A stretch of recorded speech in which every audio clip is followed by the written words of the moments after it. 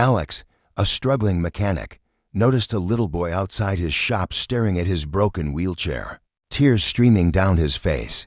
Without hesitation, Alex knelt beside him. "I'll fix it," he promised, knowing he would not charge a dime. The boy's mother gasped, overwhelmed by his kindness. Days later, as Alex wiped grease from his hands, a deafening roar filled the sky. A private jet landed nearby, and what happened next left everyone speechless. Alex wiped his hands on his already stained work overalls, his eyes fixed on the small boy struggling outside his garage. The wheelchair's front wheel was completely twisted, making it impossible for the child to move forward. His mother stood beside him, looking helpless and exhausted. Alex had seen hardship before, but something about the way the boy clutched his armrest, his face scrunched in frustration, struck a chord deep within him. He stepped forward, kneeling beside the boy. "Hey buddy, looks like you ran into some trouble." The child looked up at him, his big eyes filled with hope and uncertainty. "It broke. I was just trying to go down the sidewalk, and he sniffed," glancing at his mother as if unsure whether to continue. Alex turned to her. "Let me take a look at it." "No charge." The mother's eyes widened. "Are you sure?" "I don't have." He held up a hand. "I insist." Lifting the wheelchair carefully, Alex rolled it into his garage, inspecting the damage. The front wheel assembly was completely bent, the frame was misaligned, and the right brake barely worked. This was not a quick fix. It would take parts, labor, and time, things Alex could not afford to spare. His small auto shop was already struggling, bills piling up, and work had been slow. But none of that mattered as he looked at the child now sitting on a stool, watching him work with a mix of awe and excitement.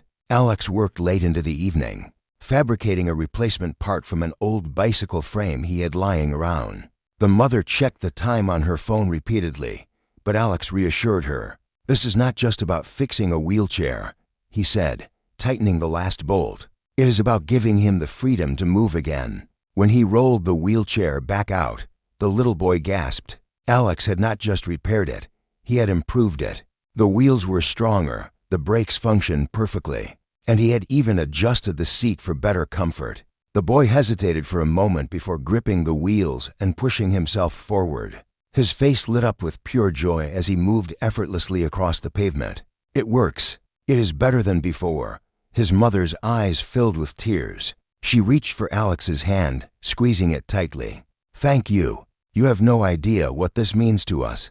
Alex only smiled. "That is what mechanics do. We fix things." As they left, Alex exhaled, exhausted but satisfied. He had done the right thing, even if it had cost him a day's work. But he had no idea that this simple act of kindness had set something unimaginable in motion. 2 days later, just as Alex was locking up for the night, a deep rumbling sound filled the air. It was unlike anything he had heard before. Then he saw a private jet, gleaming under the evening sun, descended toward the small airstrip just beyond the town's outskirts. Alex had lived here for years and never had anything like this happen. The jet's wheels touched down smoothly, sending up a cloud of dust. He stood frozen as a sleek black car pulled up alongside it. His heart pounded. He had no idea why, but something told him that whatever was about to happen next would change everything. Alex stood in stunned silence as the private jet came to a smooth stop on the small airstrip outside town. It was completely out of place. No one in this area owned anything remotely close to that level of luxury. The airstrip was mostly used for crop dusters and the occasional emergency medical flight, but this jet was something else entirely. A sleek black car had pulled up beside it, its tinted windows hiding whoever was inside. Alex swallowed hard. He had no reason to be nervous, but something about this entire situation felt bigger than him. The door of the jet finally opened, and a set of metal stairs unfolded smoothly. A sharply dressed man in a tailored suit stepped out first, adjusting his tie as he scanned the area. He turned slightly and motioned toward the jet. A second man appeared, older, with silver hair and a commanding presence. He descended the stairs with purpose, his polished shoes reflecting the last light of the setting sun.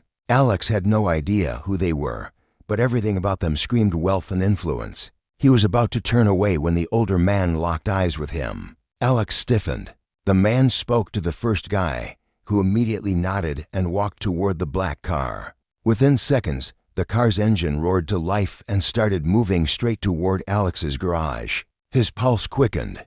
Why were they coming here? What could they possibly want with him? He took a deep breath and wiped his hands on his greasy, stained overalls as the car pulled up right in front of his shop. The first man stepped out, adjusting his cufflinks before giving Alex a polite nod. "Alex Carter." Alex hesitated. "Yeah, that's me." The man smiled slightly. "My name is Marcus Grayson. I represent Mr. Robert Hawthorne." He gestured toward the older man, who was now stepping out of the vehicle. "May we have a word?" Alex glanced around, half expecting cameras to pop out as if this were some elaborate prank. But there was nothing, just these two powerful men standing in front of his struggling garage. "Sure," Alex said, clearing his throat. "What can I do for you?" Robert Hawthorne stepped forward, his piercing gaze studying Alex. "2 days ago, you repaired a wheelchair for a young boy. You refused payment and worked late into the night to make sure it was perfect." Alex's stomach tightened. He hadn't thought much about it after they left. It was just the right thing to do. "Yeah," he said cautiously. "I did." A small smile touched Hawthorne's lips. "That boy is my grandson." Alex's eyes widened. The pieces suddenly clicked together: the well-dressed men, the private jet, the black car. It all made sense now. He had helped someone far more important than he had realized. Hawthorne continued, his voice steady. "My daughter told me everything about how you refused payment, how you used your own resources, how you spent hours making sure his wheelchair was not just fixed but better than before." Alex shrugged, suddenly feeling self-conscious. It was just a wheelchair. He needed it. I couldn't just let him struggle. Hawthorne's eyes darkened with something Alex couldn't quite place: respect, gratitude, something more. It wasn't just a wheelchair. It was his independence, and you gave that back to him. Alex had no idea what to say. He was just a small-town mechanic. He fixed cars, bikes, the occasional lawnmower. But this felt bigger than anything he had ever done. Hawthorne studied him for a moment before speaking again. "I don't believe in debts, Alex. I believe in rewarding good people." He glanced at Marcus, who nodded and pulled a sleek black envelope from his coat. "I have an offer for you."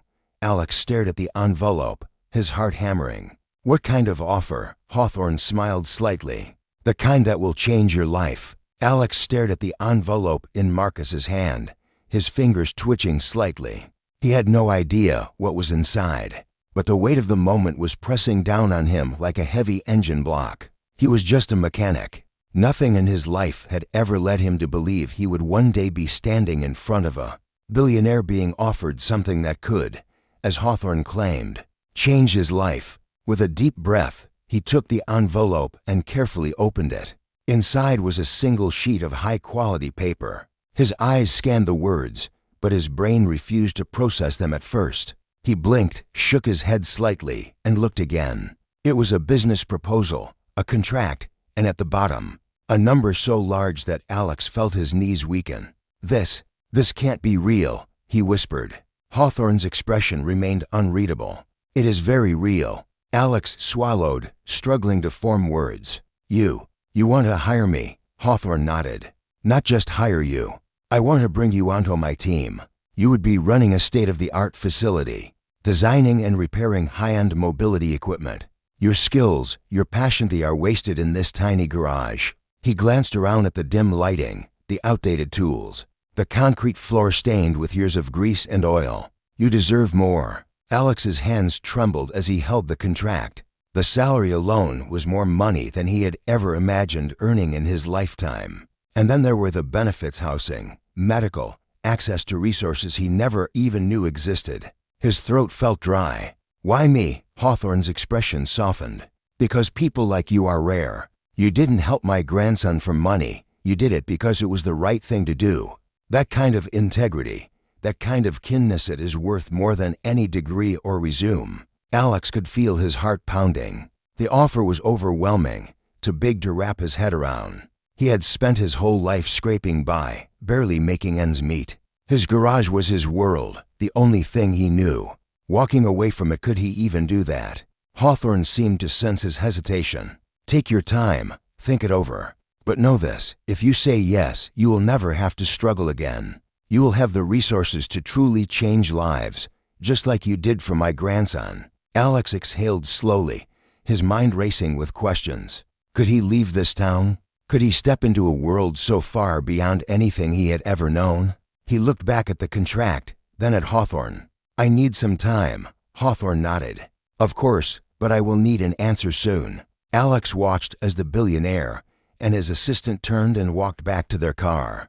The jet was still waiting, its engines humming softly in the distance. As the car pulled away, Alex looked down at the contract again. His entire life had been about fixing things, cars, bikes, engines, but now, for the first time ever, he had the chance to fix something even bigger, his own future. Alex barely slept that night. The contract sat on his workbench, the numbers and words swimming in his head every time he closed his eyes. It wasn't just a job offer, it was a complete transformation of his life. But leaving everything behind, stepping into a world he knew nothing about, terrified him more than anything.